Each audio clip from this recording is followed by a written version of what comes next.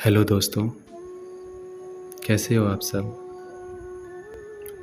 आज मैं आपके लिए एक ऐसी माँ की कहानी लेके आया हूँ जिसका जवान बेटा उसे वृद्ध आश्रम में छोड़कर चला जाता है। ये कहानी शुरू होती है एक छोटे से घर से, जिस घर में एक माँ व उसका एक 5 साल का बेटा जिसका नाम रोहन है। रोहन सिर्फ 2 साल का था जब उसके पापा उसे और उसकी माँ जानकी देवी को छोड़कर इस दुनिया से चले गए थे। जानकी देवी का बस एक ही सहारा था। जानकी देवी ने रोहन की अच्छी पढ़ाई व परवरिश के लिए रिश्तेदारों से काफ़ी बार सहायता मांगी, लेकिन किसी भी रिश्तेदार ने उनकी मदद नहीं की। जानकी देवी ने दूसरे के घरों में झाड़ू पोछा करके रोहन को पढ़ाया। रोहन भी पढ़ाई में काफ़ी होशियार था। धीरे धीरे समय बीतता गया। जानकी देवी की मेहनत रंग लाई। आज रोहन शहर का एक अच्छा डॉक्टर है। एक दिन रोहन जब हॉस्पिटल से आया तो उसने अपनी माँ से बोला, माँ मुझे कुछ महीनों के लिए विदेश जाना पड़ रहा है। तेरे रहने का इंतज़ाम मैंने पास ही के वृद्ध आश्रम में कर दिया है। मेरे जाने के बाद तेरा ख्याल कौन रखेगा।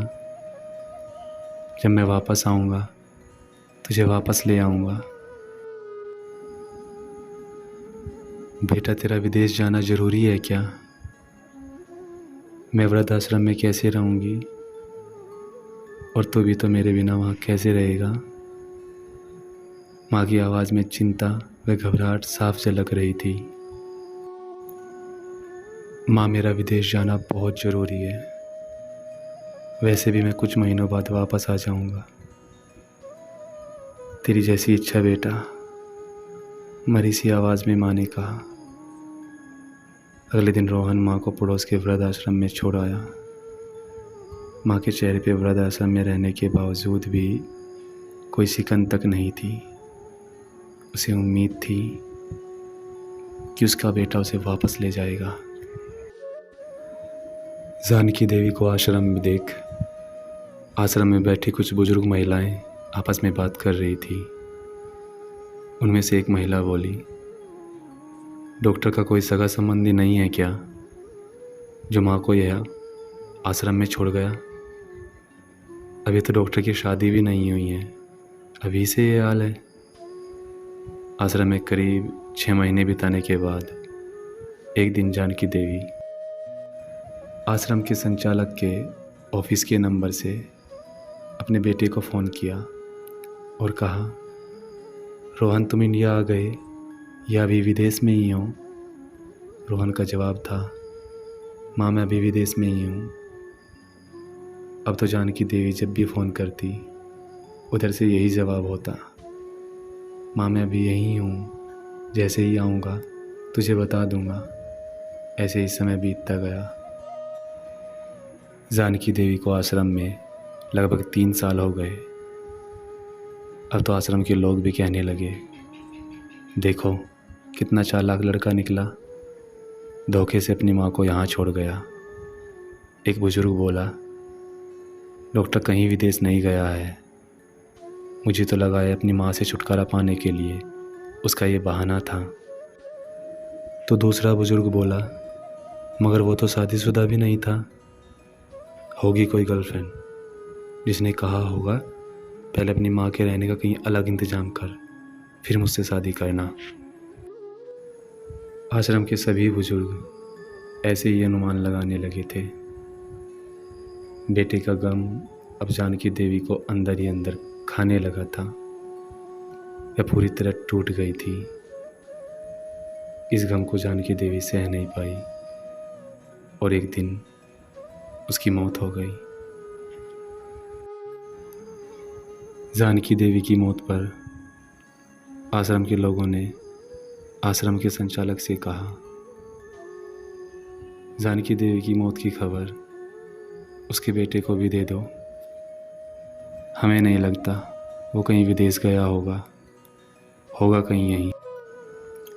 ये सब सुनकर आश्रम के संचालक बोले, उनके बेटे को खबर कहाँ से दूँ? उनके बेटे को मरे हुए तो 3 साल हो गए।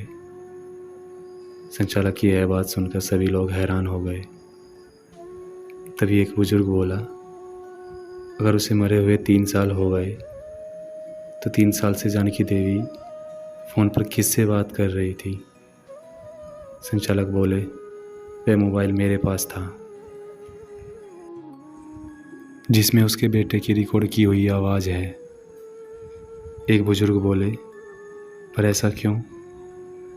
तो संचालक ने जवाब दिया, करीब 4 साल पहले जब डॉक्टर अपनी माँ को यहाँ छोड़ने गया था, तब उसने मुझे कहा था, मुझे ब्लड कैंसर है और एक डॉक्टर होने के नाते मुझे पता है मैं अब ज़्यादा दिन ज़िंदा नहीं रहूँगा। मेरी माँ मुझे बहुत प्यार करती है, वो मुझे इस हाल में कभी नहीं देख पाएगी, वो ये सब सहन नहीं कर पाएगी और वो शायद मुझसे पहले ही मर जाए। मुझे तो मरना ही है, पर मैं नहीं चाहता मेरे कारण मेरी माँ को कुछ तकलीफ़ हो। मेरे मरने से पहले मैं अपना सब कुछ आश्रम को दान कर रहा हूँ। ये दास्तां सुनकर आश्रम के सभी लोगों की आंखों में आंसू आ गए। आश्रम में ही जानकी देवी का अंतिम संस्कार किया गया।